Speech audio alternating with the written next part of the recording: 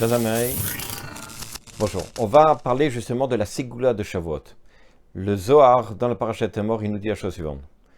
Il faut, tout le clan d'Israël, d'être éveillé toute la nuit de Shavuot. Pourquoi? Parce que ce soir-là, Kadosh Baruch Hu, il descend et il donne la bracha à tout celui qui étudie la Torah ce soir-là.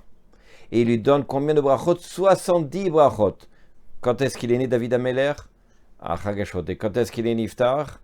Chag HaShavuot. Et à quel âge il est niftar? À 70.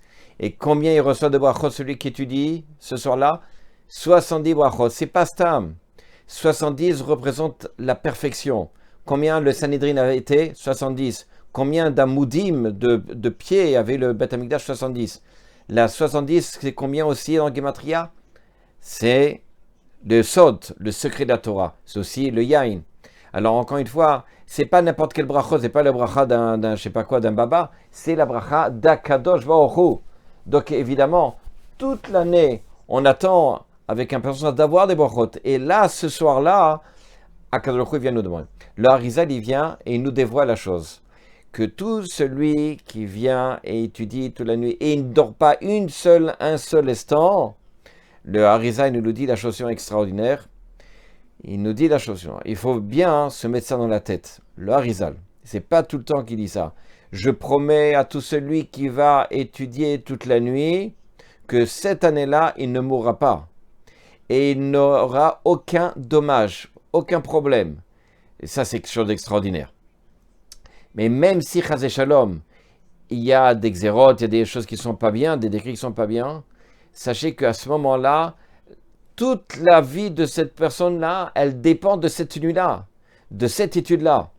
Alors évidemment, si vous savez que toute la vie, elle dépend, toute l'année, elle dépend de cette nuit-là, alors combien on doit faire attention et d'étudier cette nuit-là.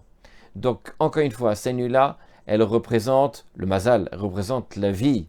Pourquoi? Parce qu'à Chag HaShavuot a été donnée la Torah. Et vous savez très bien, la Gemara dit comme ça que la Torah, au moment où la Torah a été donnée, s'est arrêté le Yetzara, le penchant du mal. Le Satan s'est arrêté, il ne pouvait rien faire. Donc toutes les maladies, toutes les choses à ce moment-là se sont arrêtées. La Gemara dit comme ça que celui qui était aveugle, il tout d'un coup, au moment du matin de Torah, il pouvait voir. Celui qui n'écoutait pas, il pouvait écouter. Donc on voit très bien que ce soir-là, c'est une ségoula de refoua. C'est une ségoula mamash pour celui qui veut arriver et avoir de la tzlacha. Attention, encore une fois, cette nuit-là, tout celui qui est capable d'étudier sans dormir un seul instant, le Harizal, encore une fois, il dit, je lui promets que toute l'année, il n'aura rien de choses difficiles, de problèmes de santé, etc. Alors, évidemment, pour ceci, et une nuit aussi importante, il faut s'y préparer.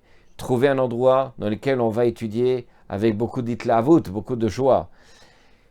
Avoir bien entendu à manger, etc. Et surtout se reposer la veille et de rentrer dans la fête avec de la joie. Évidemment, la femme, elle participe et elle a aussi cette ségoula-là, à condition qu'elle puisse aider le mari, justement, à étudier et à pouvoir étudier toute la nuit. Encore une fois, n'oubliez pas, pour se préparer à ce grand jour, à cette grande nuit-là, se reposer dans l'après-midi, arriver au moment de la fête, avec la joie et la havout, avec l'ambiance de l'étude, et Bezrat Hashem, Akadosh Baruch Hu, il vous enverra, il nous enverra tous au clan d'Israël, enfin, les 70 brachot que l'on attend avec impatience. À bientôt, Chag Sameach.